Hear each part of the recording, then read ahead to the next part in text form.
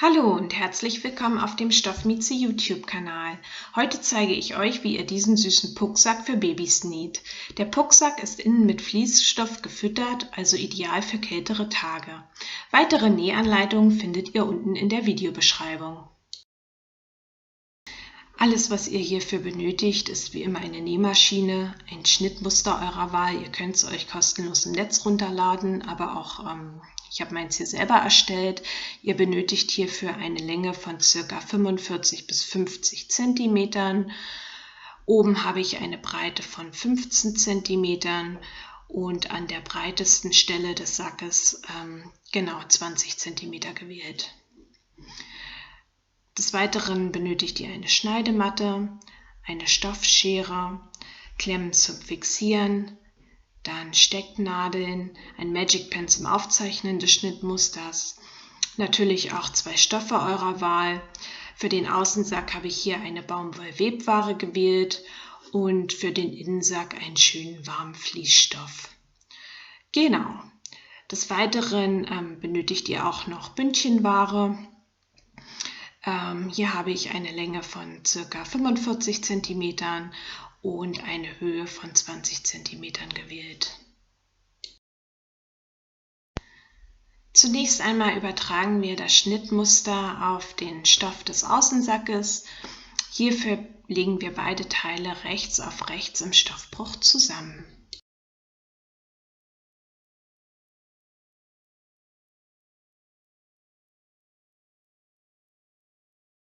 Beide Stoffteile werden einmal Kante auf Kante gelegt und oben und unten mit 2 Stecknadeln fixiert.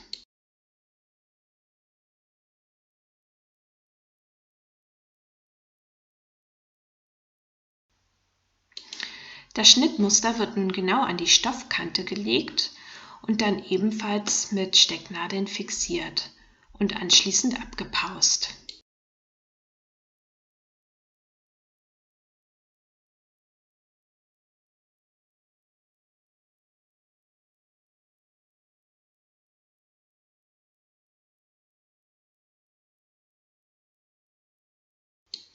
Anschließend kann das Schnittmuster entfernt werden und genau, beide Teile ausgeschnitten werden.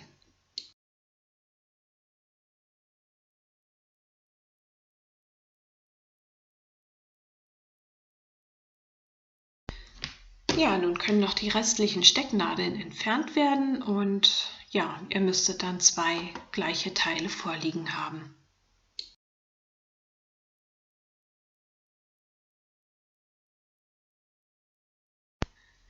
So, und genau das Gleiche machen wir jetzt natürlich auch bei dem Fließstoff. Ihr müsstet nun insgesamt 4 Teile vorliegen haben, 2 Teile für den Außenstoff und 2 Teile vom Fließstoff. Den Fließstoff legen wir erstmal beiseite und fangen mit dem Außenstoff an.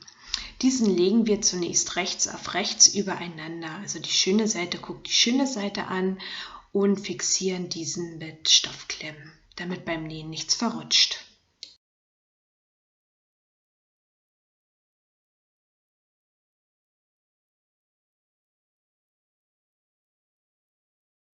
Ja, wenn dann alles festgesteckt ist, kann der Außensack mit einem Gradstich später ringsherum zusammengenäht werden, außer natürlich an der oberen Öffnung. Wir legen jetzt auch erstmal den Außensack beiseite und legen nun den Innensack rechts auf rechts übereinander.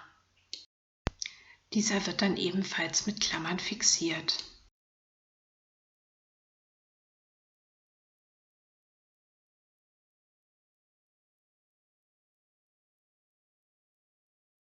Ja, der Innensack wird nun an den gezeigten Stellen mit einem dehnbaren Stich, ich verwende hier den Zickzackstich, zusammengenäht.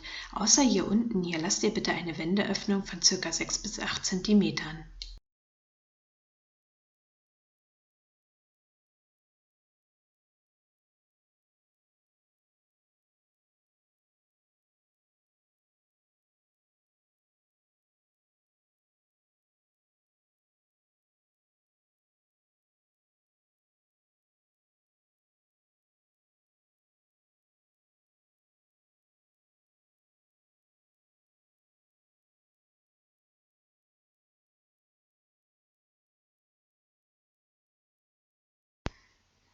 Ja, auch das Bündchen wird an der offenen Seite mit einem dehnbaren Stich zusammengenäht. Ich nehme hier auch wieder den Zickzackstich.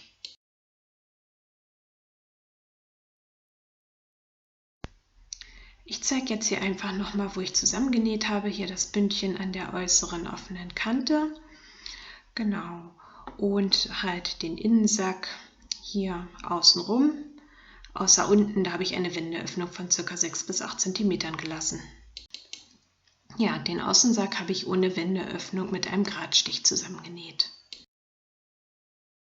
Damit ich das Bündchen später gleichmäßiger annähen kann, setze ich mir an den jeweiligen Stoffen 4 Markierungspunkte. 2 davon bilden schon mal die Naht. Diese lege ich übereinander und schneide an den jeweiligen Ecken etwas mit der Schere ein. Das gleiche wird dann auch beim Bündchen und beim Fließsack gemacht.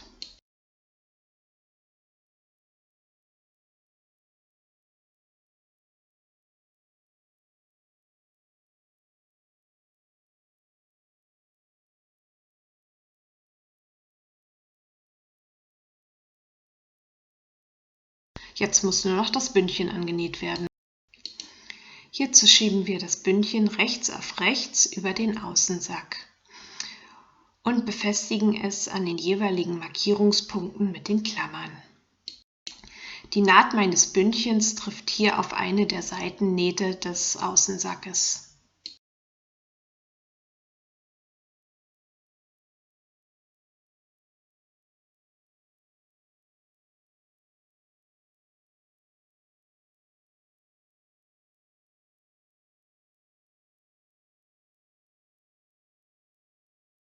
So, der Außensack ist schon mal festgesteckt. Jetzt brauchen wir noch den Innensack. Dieser ist auf links gewendet und dort stecken wir den Außensack rein.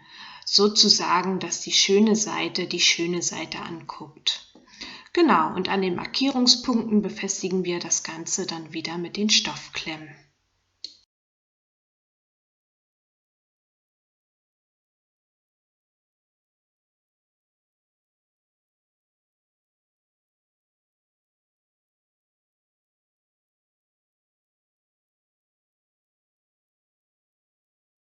Wenn dann alles festgesteckt ist, kann dann ringsherum mit einem dehnbaren Stich zusammengenäht werden. Ich verwende hier einfach wieder den Zickzackstich. Ihr könnt aber auch gern einen anderen dehnbaren Stich nehmen.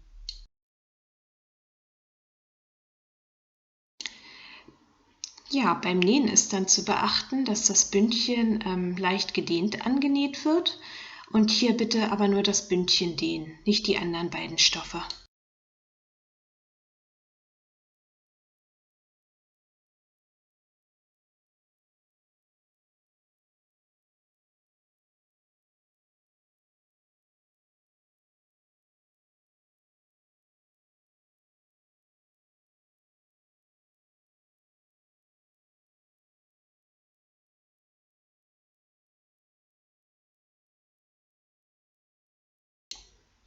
Fertig zusammengenäht sieht dann das Ganze so aus.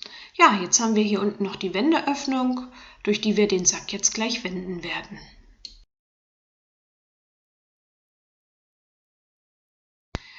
Jetzt ist der Pucksack auch so gut wie fertig. Wir haben unten halt nur noch die offene Wendeöffnung.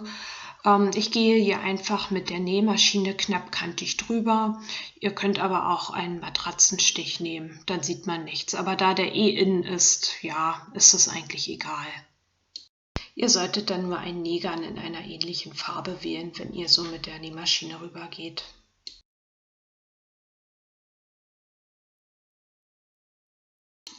Die Wendeöffnung ist nun verschlossen. Nun kann das Innenfutter in den Außensack gesteckt werden.